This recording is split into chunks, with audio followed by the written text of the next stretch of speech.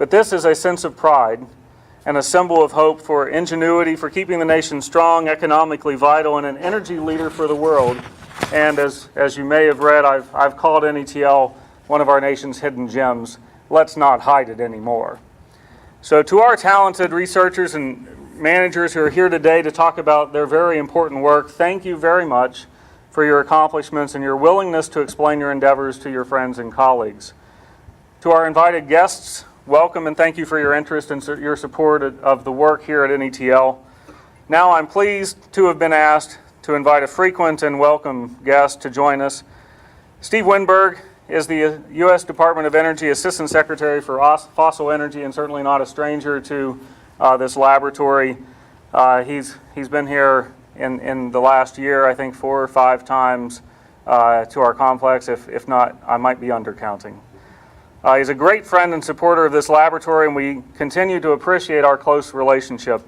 The fact that he joins us on special occasions like this is testimony to the interest and belief that he has in the skills and the ability of NETL and its people.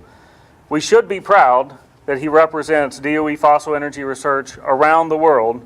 He is armed with the accomplishments we talk about here today to illustrate the power and promise of America's resources. So it is my great pleasure to welcome you, Steve Winberg. I know you have a few words of greeting and support, so thank you very much.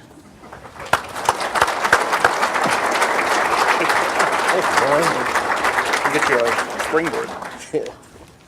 I'll be able to do that for another year or two. My pegs will wear out. So good morning, everyone. It's a real pleasure to be here. I'm going to keep these remarks brief because you all are standing and we got a lot of walking around to do. Last year when I came, I was cut short on time, so we've added more time so that we don't have to rush through this very important and fine work that you all are doing. Want to thank everyone for being here. Want to thank the universities for being here. They are very, very important partners of ours. Contractors that are here, NETL contractors, also very important, so thank you for being here. As I said, I was here for the review last year, and I came by myself. And I was warned when I got to Washington that you could get this thing called Potomac fever. And the symptoms of Potomac fever, there's 2 symptoms that I know of. One is your head gets so big that you can't get through the door. That's one symptom. And the other symptom is that you start traveling with an entourage. Well, I've got an entourage here with me today. You all could judge whether I've got Potomac fever, but the reason that I brought this entourage is because I did come by myself last year, and there are people at headquarters that I want to also see what you all do, because I was wowed by what you all do. We did it in Pittsburgh last year, and so I brought folks with me. Lou Herkman, who's the Deputy Assistant Secretary for Clean Coal and Carbon Management. Sean Bennett over here, Deputy Assistant Secretary for Oil and Natural Gas. Kimberly Rossar, who's our Deputy Assistant Secretary for Operations. Mark Willis, newly on board FE Communications Director, so he's going to be paying particular attention to what's going on. We also have Mark Taddeo. Michael Taddeo. Mark. We got about 6 Marks. We have Angelos Kokinos. Ange, where are you? Over here, who's Deputy Assistant Secretary, and then Margaret Schaus. Margaret over here. Did I miss anyone from headquarters? Okay. Particularly Mark Willis and Michael Taddeo are going to be looking for those opportunities where we can showcase what NETL does. I told you last year that I wanted to set up a drumbeat because it is a hidden gem and it shouldn't be hidden. Everyone that's engaged in fossil energy or engaged in energy should know what NETL does.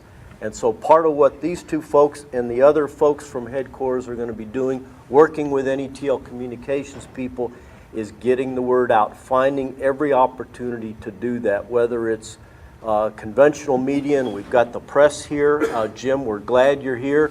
Walk around, talk to these people about the great work that they're doing.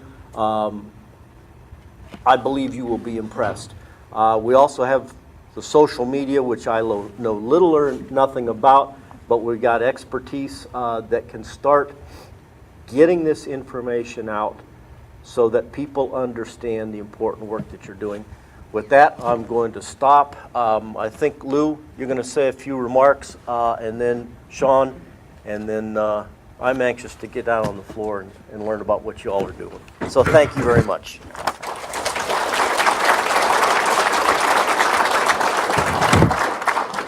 Thank you, Steve, and thank you, Brian, for holding this event and the invitation to attend this.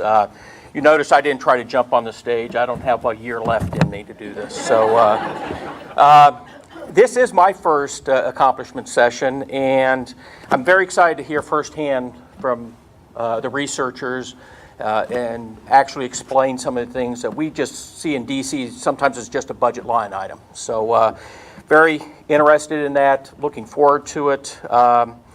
But I just want to make one reminder that there's a saying, there are no stupid questions. So when we're lingering and out there talking to you, I'm sure I'll have a few. So please bear with me.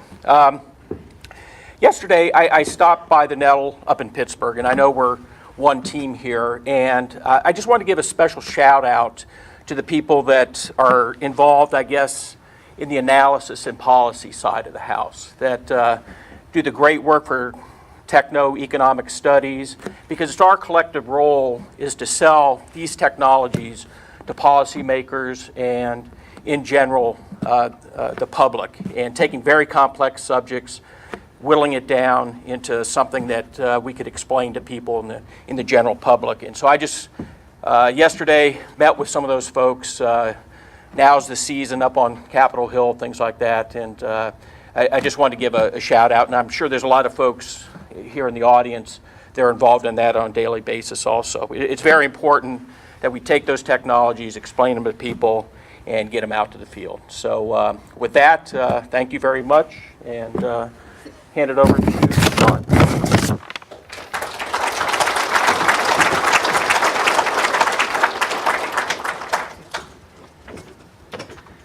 Oh, good morning, everyone. How's everyone doing this morning? All right, I kind of felt like I was at church there for a second. So, now I've been in fossil energy for about 15 years in my professional career. About 7 years on the coal side and 8 years in oil and gas. And you know, when it comes to NETL, the work that you do is just phenomenal. And I really don't think that you understand how much that is important to people who are nerds like me, who really enjoy that. I can't tell you how many reports and synopsises I've read of NETL.